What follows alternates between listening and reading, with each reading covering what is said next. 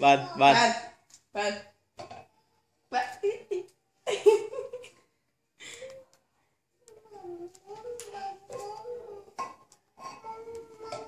bên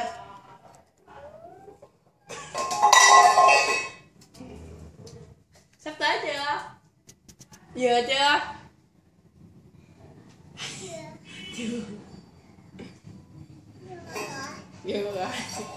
Xích lại, tới chưa? Tới chưa?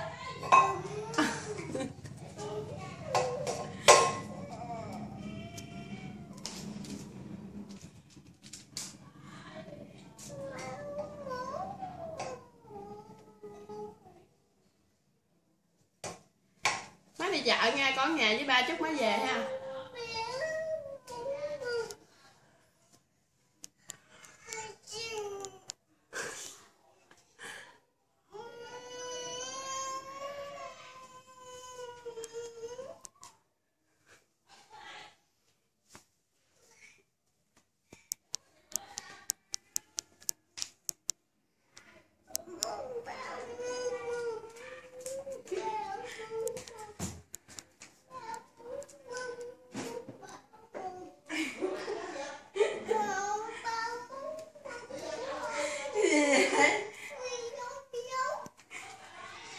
Mai má đi chợ rồi.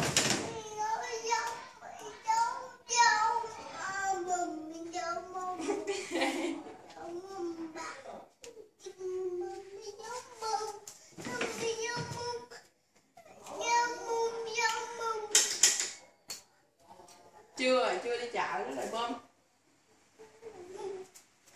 Tao cười cho ba coi cái này, thấy vú cười sao vậy? Cười ra coi ra. Cười cho ba coi. Vú bự. Tới chưa? Tới vú chưa?